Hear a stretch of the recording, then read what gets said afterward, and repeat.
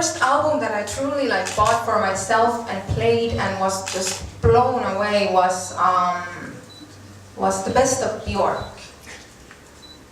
So that was when I put the headphones on and I was like, oh my god, I want to make people feel like this one day. And like, what was it in Björk that really kind of got you going, or was it the music? Was it also the kind of the art around her music, the personality, the fashion? What was it? And that she was from Iceland? You know, at that time the internet was really new, so it wasn't really like everybody had a Facebook page and like whatever. So I didn't really know what she looked like. I had like it cost me like $1. I got it from a Russian subway. It was like a knockoff CD.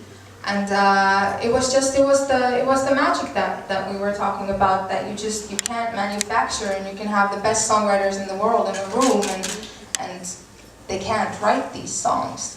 Actually, that's where did you get the information? Or I mean, as you said, there wasn't no internet. Did you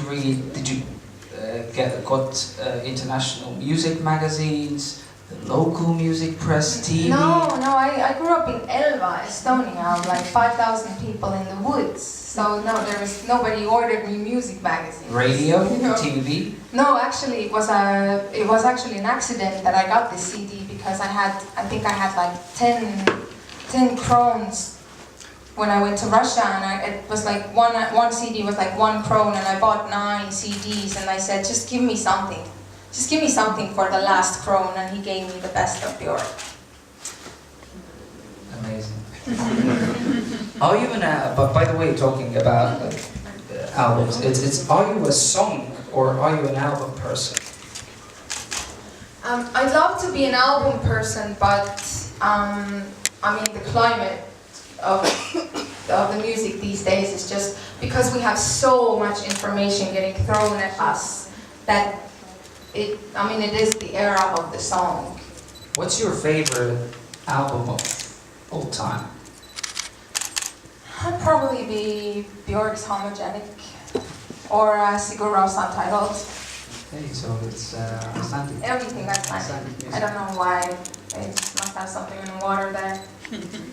Do you remember the moment when you thought to yourself that, you know, I will be something, I will be, you know, a singer, I will make it? Do you remember that moment? Was there ever this, exact moment?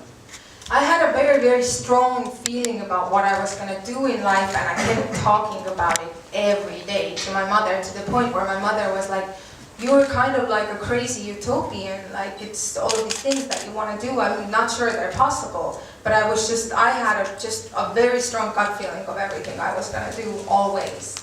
But obviously I had no idea what it was going to be about and what it was going to take and like all of it, you know. Did you ever consider other forms of art, whether, you know, becoming an actress, becoming a fashion designer, and, you know, was that ever in your mind? Well, you know, actually I do hand make like most of my costumes, and I sketch the characters that like you can see in my music videos, and so I am a fashion designer. I'm also an actress, because it's not like I'm always having a great day and I want to give interviews.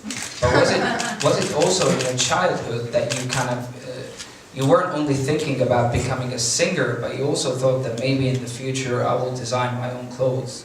No, I actually was never thinking about it, but I just got to a point where I realized that all of the things that I wanted to wear and all the people that I wanted to hire to make me things were way out of my reach, and I could never afford them, and my biggest pet peeve is people that half-ass things. So the people that I wanted to work with I couldn't afford, and then the other people I wasn't feeling it, so I was like, I guess I'm gonna have to I need these platform shoes, and they just don't exist yet in the world, so I just have to start making them, you know? By the way, you look really good today.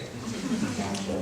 So, what was, when did you actually think, well, in your childhood you were dreaming about all of these things, but when did you actually think that, I think I'm actually going to make it? Was there ever a moment like this? I don't know what you mean by making it. What does it mean? What I mean by is when you were a child and you dreamed that maybe one day I will become maybe one day I will become a singer, professional singer. I can do that for a living and do nothing else. And then there's one day somebody, whether you get a manager or you get an actual record deal that kind of somehow justifies or kind of adds that final point that says that you're actually on the right track and it's possible. Yeah, I guess when I won the Fit Superstar and I got my first record deal as a prize, I thought, that's it, it's gonna happen, I'm gonna go, it's gonna be 3 months, I'm gonna be the biggest thing in the world. And I remember Gert Holmfred, the head back then of Universal Music Group, giving me the award and saying, oh, if you think that most of your work is behind you now, think again, because it's just about to begin. And I was thinking, you old man, you're on crack. Like, I'm ready, like, let's go, it's gonna happen, it's gonna go, like, I'm not like everybody else, and then it's been a really long time. But who was the person who was kind of taking care of you at that time? Because, music business is a very scary business, and you were actually 15 years old. Yeah. Did you already have a manager when you signed the deal? Yes, Lauri Laubra was my manager, my first manager.